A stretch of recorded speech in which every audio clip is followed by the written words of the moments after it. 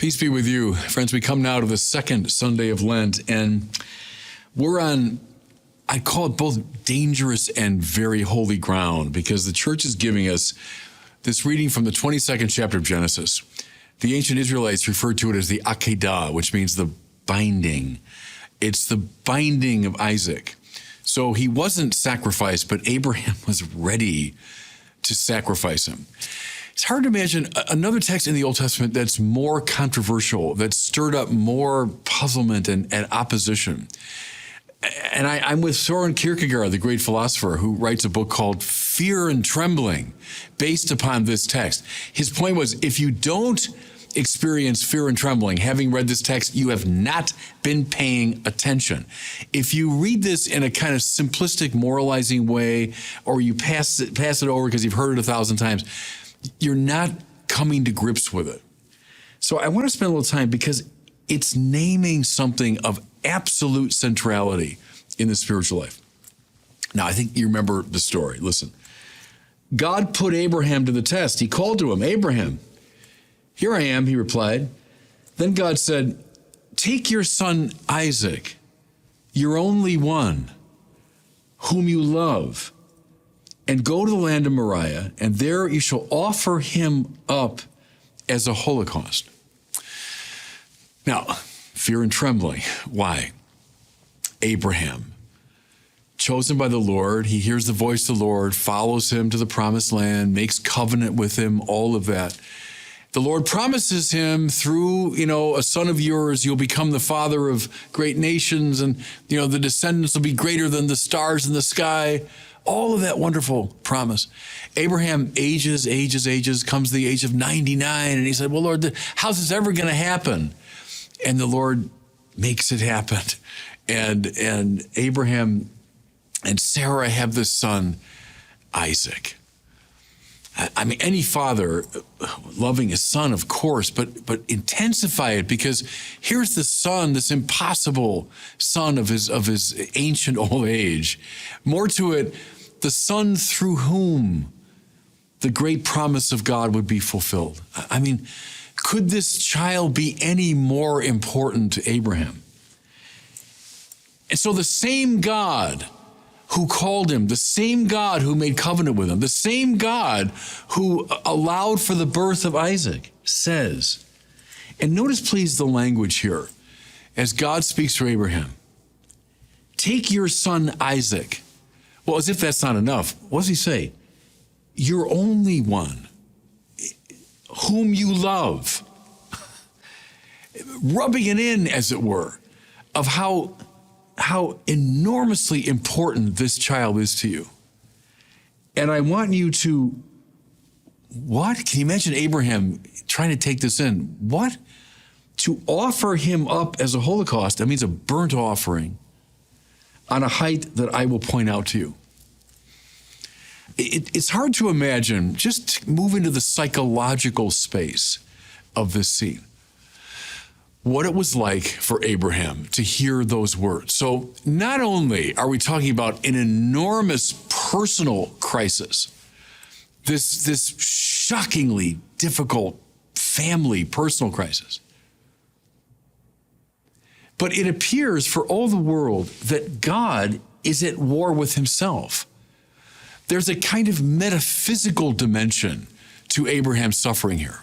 Because again, the same God who said, you're my man, I make a promise to you, I made a covenant with you, and this is the son through whom, and he's your only one.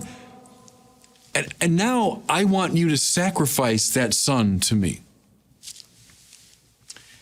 At the psychological level, undoubtedly at the physical level, at the familial level, even as I say, at the metaphysical and religious level.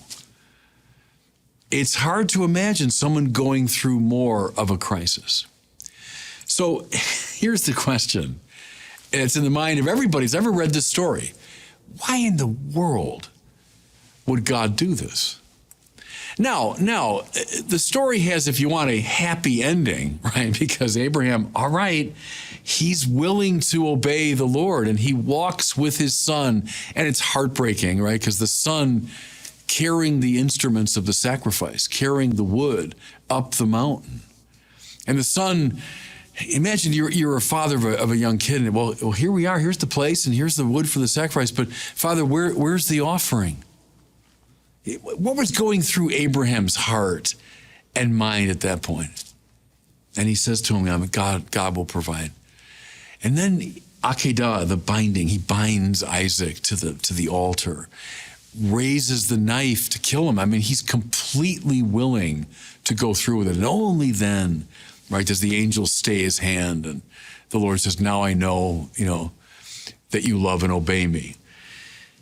Can you forgive people, everyone, up and down the ages, from biblical times through Kierkegaard to our time, wondering, what are we dealing with here? This sounds like something rather monstrous is going on. Okay. What we should not do is psychologize this reading. What we should not do is see it in primarily these sort of subjective psychological terms. What we have here is something that you have a lot of in the Bible. And let me state it this way. The test, and remember that's how it begins. God put Abraham to the test. What's the test? Do you love God, or do you love the benefits of God? Let me say that again. That's the test. Do you love God, or do you love the benefits of God? So God, provides benefits for us all the time. The fact that I exist, that I'm breathing, that I'm alive, that's all a gift of God. Whatever success I've had or whatever good things have happened to me, those are benefits that have come to me from God, and that's wonderful. But how do I love God? Do I love God because of the good things he gives me? Or do I love him for his own sake? Do I love the benefits that come to me from God's will? Or do I love God's will? Now, there's a link between this story, a tight link, I think, and the story at the beginning of the book of Job. Do you remember? Similarly, Satan in the heavenly court, God says to him, have you noticed my servant Job? I know most people are wicked, but there's Job. He's just upright. He's great. He's a wonderful person. And Satan says to him, well, yeah, because you've given him every good thing. Job is successful, has a big family. He's got nothing but riches, and he's got fame, and he's well loved. Sure, Lord, you've given him all these benefits. And so a test happens. God gives Satan leave to take all of that away. And at the heart of the book of Job is Job saying, the Lord gives and the Lord takes away. Blessed be the name of the Lord. Does he complain? Yeah, and suffer? Yes, and that's all in the book of Job. But at the end of the day, Job witnesses to the fact that he loves not the benefits of God, but God. You see the same thing, everybody, in the spiritual tradition. Read someone like St. John of the Cross. When he talks about the dark night of the senses and the dark night of the spirit, he's not talking about depression. He's talking about the stripping away of all those benefits that come to us, to the body and to the soul. If I strip all those away, what am I left with but God in himself? Do I love the benefits of God, or do I love God? It's in some ways the central question of the spiritual life. In this world, is this a tough road to walk? Yeah, it is. It is. Because as Job said, and as Abraham experienced, the Lord gives, and sometimes the Lord takes away. Now, is God's ultimate purpose always a purpose of love? Yes. Yes. God is love. Can we always see it clearly and on our terms? No. Does the love of God always correspond to benefits that I can immediately appreciate? No. And that's the test. That's the test. Okay. Abraham on Mount Moriah, Job on the dung heap, right? Having been stripped of all these goods. One more image. Jesus on the cross. What's he stripped of on the cross? Every possible benefit. Sensual pleasure? No, he's at the limit of suffering. Friendship? His friends have all abandoned him. Honor? No, they're spitting at him. Bodily well-being? No, he's dying. He's like Abraham on Mount Moriah. He's like Job on the dung heap. Jesus nailed to the cross. And what does he say? Father, forgive them.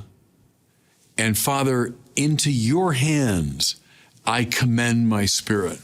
What did he say in Gethsemane when he entered into this time of suffering? Not my will, your will. Do you love the benefits of God, or do you love God? Sometimes, I'll use this language now of the book of Genesis, sometimes that's the test. When all's going well, and I'm just basking in benefits, maybe it's not clear in the depth of my own soul. Am I loving these, or am I loving God for his own sake? Now, just one quick glance, because the church connects that awful story, and I mean awful in that rich sense of the word. It's an awe-inspiring story as well as being awful in the more conventional sense. It links it to Mark's account of the Transfiguration. What happens now on Mount Tabor, the Mount of Transfiguration?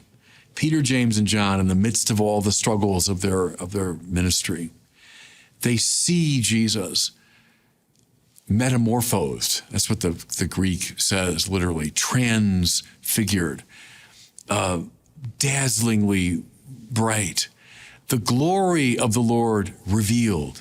See, that's the will of God that we love, even when we can't see it. What they're given is a glimpse in this life of that glory.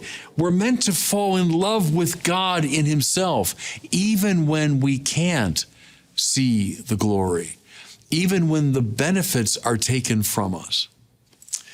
I know it's hard stuff, everybody. This is very high octane spirituality. But Lent is precisely the time when we put ourselves to that test, when we ask ourselves that question: do I love the benefits of God, or do I love God? And God bless you.